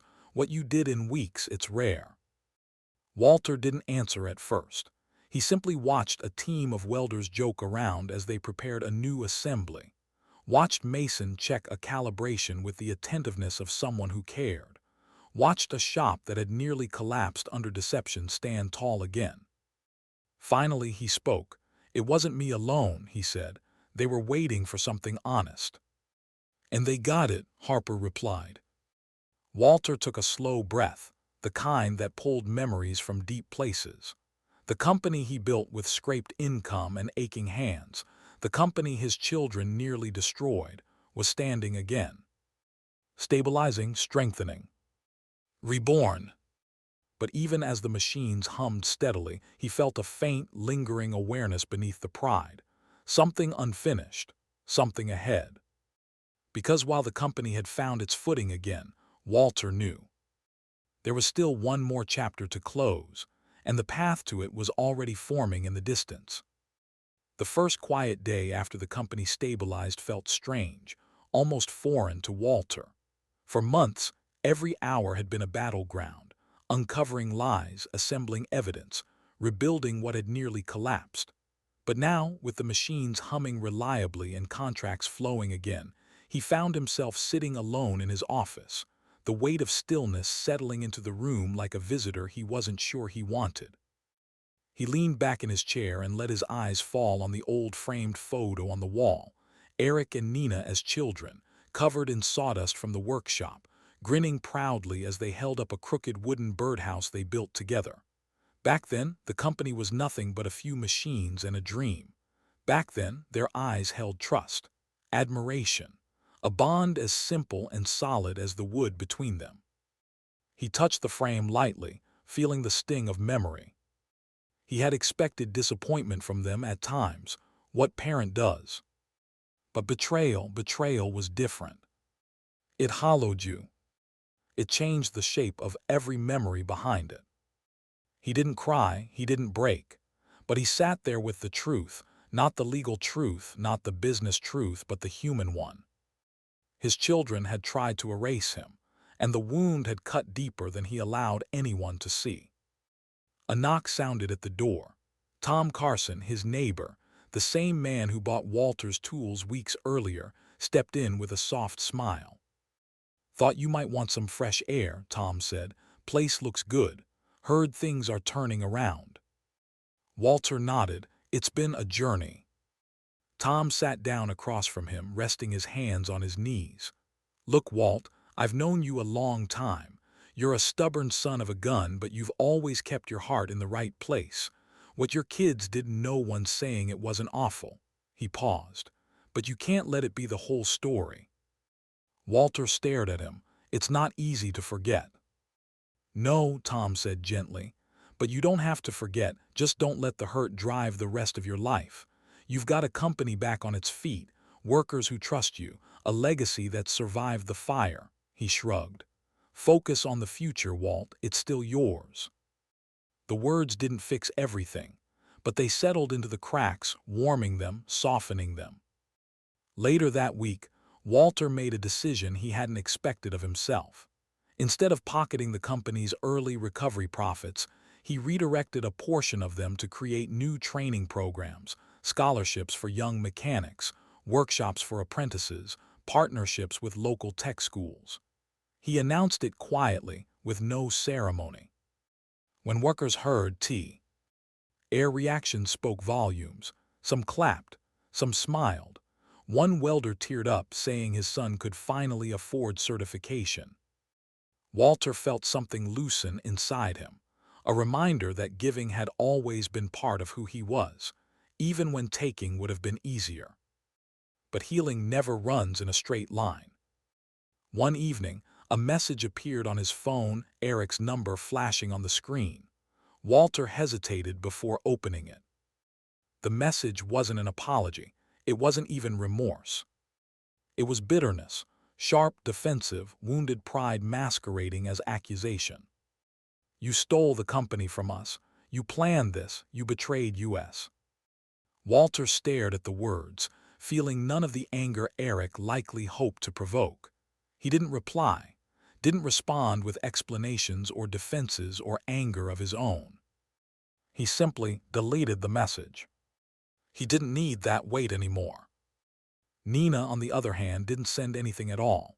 She avoided him entirely. No calls, no messages, no attempts to rebuild. She had disappeared into silence, carrying her humiliation like a shield she wasn't ready to lower. Walter wasn't sure if that hurt more than Eric's hostility, but he let that go too in time. One afternoon, Harper stopped by the shop with 2 coffees in hand. She leaned against his office doorway, watching him review paperwork with surprising ease. You know, she said, most men your age would be sipping iced tea on a porch somewhere after everything you've pulled off. Walter chuckled softly, maybe someday. She raised her cup in a toast. You won. You saved the company, outmaneuvered every lie they threw at you, and rebuilt something that matters. You should celebrate, Walter. I will, he said, just not yet, but I'm getting there. Harper's expression warmed. Good, because healing isn't just about fixing what was broken, it's about stepping toward what's next. After she left, Walter stood on the mezzanine again, looking over the shop floor. Workers laughed as they clocked out. Machines powered down in rhythm. Mason waved goodnight. The company, his company, lived and breathed again with strength it hadn't felt in years. For the first time since the betrayal, Walter felt something settle quietly inside him. Not peace exactly, but the beginning of it. A soft, steady letting go of the hurt. Not all at once, just enough to breathe without bitterness. And for the first time in a long while, Walter felt ready for whatever the next chapter would bring. Walter spent the next month doing something he had never made time for in all his years of running the company, documenting its story. Not the glossy, polished version Eric and Nina once crafted for investors, but the real one, the origin, the grit, the long nights working out of a drafty garage with nothing but stubbornness holding the roof over his dreams. He gathered old photos from storage boxes, invoices written in faded ink, newspaper clippings about the company's first breakthrough contract. He wrote his memories in slow, careful strokes, moments that mattered, moments that shaped the shop, moments that shaped him. He recorded interviews with veteran workers who had been there since the beginning, capturing stories no quarterly report could ever quantify. It wasn't vanity, it was preservation. A legacy, properly told, didn't belong to numbers. It belonged to people. And the people responded. Inspired by his renewed commitment to the next generation of tradesmen, Walter formally launched the scholarship program he had been quietly funding in Section 18. 3 young mechanics were selected as the first recipients, wide-eyed, grateful, stunned that someone who had never met them believed strongly enough in their futures to invest in them. One of the recipients, a 19-year-old named Caleb, shook Walter's hand with both of his. "I didn't think I'd ever afford certification," he said. "My mom," she cried when she got the letter. Walter felt something warm settle in his chest. "You earned this through your work," he told him. "I'm just giving you a doorway. The rest is up to you." Word spread through the community faster than he expected. Old colleagues called to congratulate him. Schools asked if he'd speak to their students. Mechanics who once doubted their place in the trade now saw a path paved by someone who believed in them. And inside the company, gratitude found its own way of showing itself. One Friday afternoon, as Walter walked toward the shop floor, the hum of machines suddenly stopped, every one of them all at once. Confused, he stepped forward, only to find workers gathering near the break area. They weren't distressed. They were smiling. A banner hung across the railing, hand-painted in bold strokes. "Thank you, WLTER, for bringing US home." Tables were set with simple snacks, coffee, donuts, a tray of sandwiches someone must have ordered at the last minute. Stan stepped forward, clearing his throat in the stiff, embarrassed way men his age express emotion. "We jus. T wanted to show our appreciation," he said, "for bringing the company back, for doing right by us, for doing what leaders are supposed to do."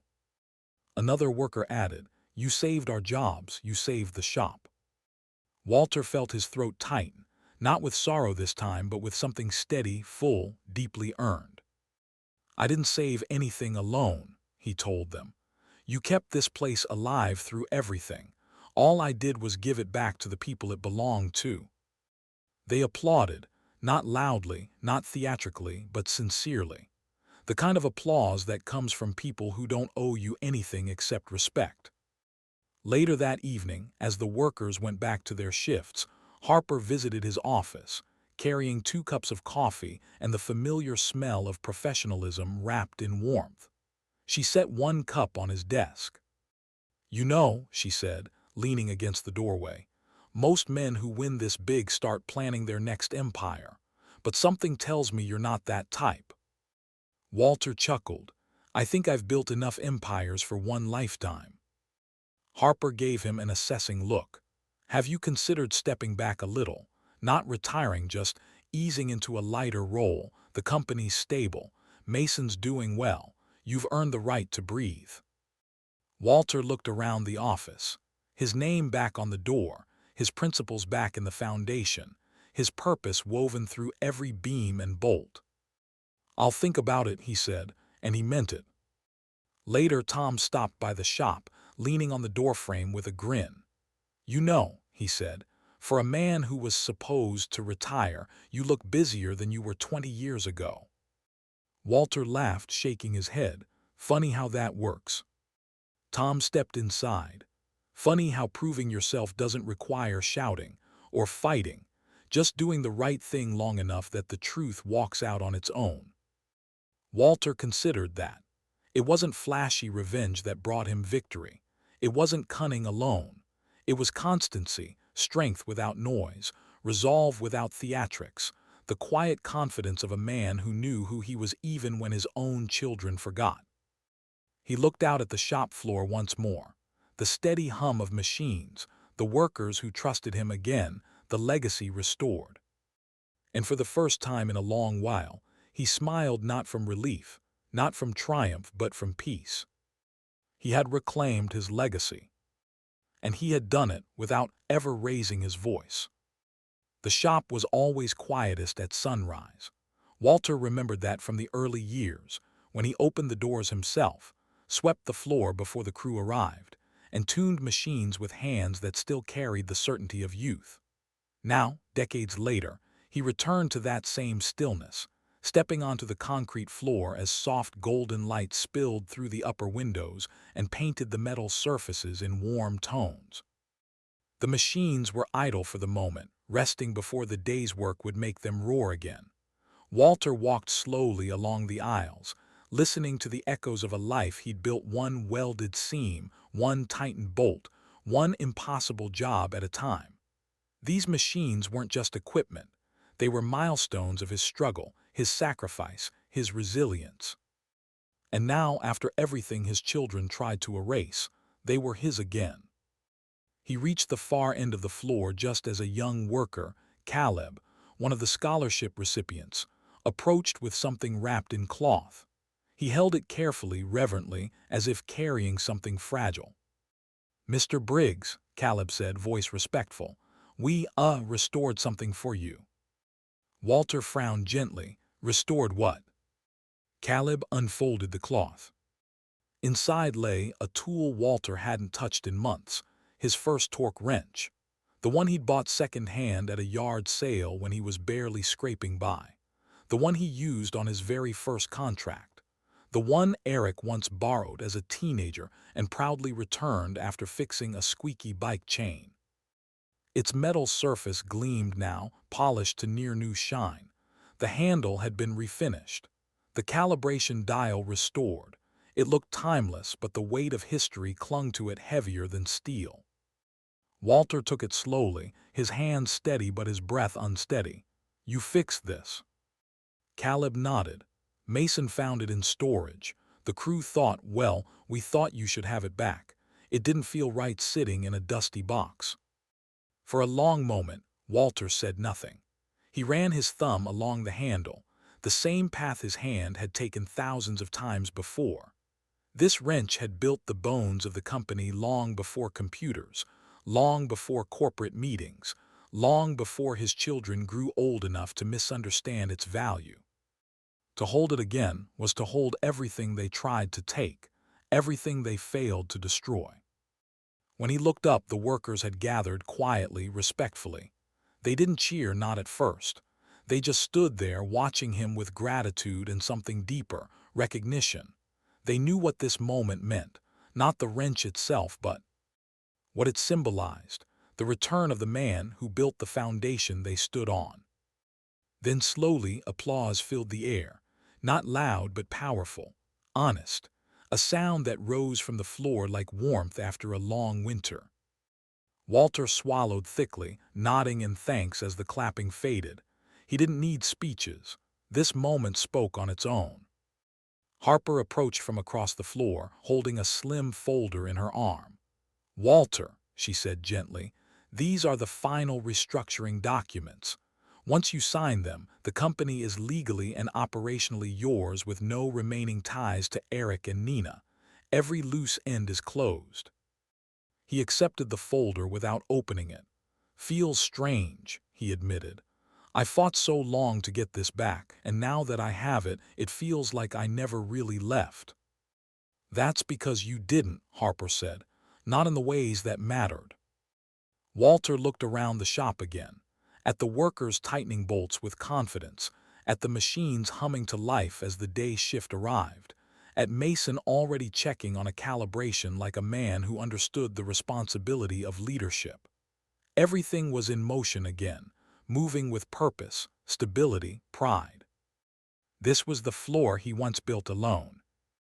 And now it was thriving, stronger for the trials it had survived. Walter signed the final documents with a steady hand. Harper closed the folder with quiet satisfaction, giving him a nod of respect that went beyond professional courtesy. "So what now?" she asked. Walter took a step forward, still holding the restored wrench. The metal caught the morning light, glinting like a promise kept. "Now," he said softly, "I run this company the same way I built it." He walked across the floor, workers parting for him with smiles, nods, quiet greetings of "Morning, Mr. Briggs." He absorbed every face, every sound, every detail. This wasn't a return. It was a reclaiming. A full circle drawn with the precision of a man who refused to be erased. And as he reached the center of the shop, the heart of it all, he paused, breathing in the warm scent of steel and oil and purpose. He walked forward, owning the company his children never deserved.